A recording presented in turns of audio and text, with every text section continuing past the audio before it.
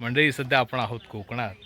गेल्या भागात जर तुम्ही बघितलं असेल तर आपण गेलेलो विजयदुर्ग किल्ला बघायला, आणि आता आपण येऊन पोचलो आहोत ते वाडा गावातील श्री विमलेश्वर मंदिरामध्ये. मंडळी, विमलेश्वर हे एक पुरातन मंदिर आहे. भरपूर जुना इतिहास आहे. अगदी दगडामध्ये कोरलेल्या गुफेमध्ये हे मंदिर आहे. अशा वाटेने आपण जे वाटेने उतरतोय, या नयनरम्य वाटेने आपण निसर्गाच्या कुशीत कुशीत जातो.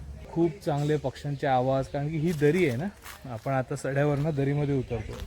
तर या दरीत दोन्ही बाजूला मधून एक ओढा जातो, नदी जाते. त्याच्या दोन्ही बाजूला मोठे मोठे वृक्ष आहेत, फळझाडं आहेत, फुलझाडं आहेत. त्याच्यावरती वेगवेगळ्या प्रकारचे पक्षी येतात.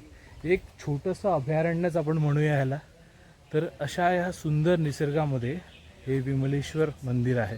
जिथे जिथे निसर्ग एकदम प्युरेस्ट फॉर्ममध्ये आहे, तिथे देवाचं वास्तव्य आहे असं मी मानतो. निसर्गातच देव मानणाऱ्या आपल्या या कोकणी लोकांनी या विमलेश्वराची कीर्ती तेवढीच महान ठेवली आहे.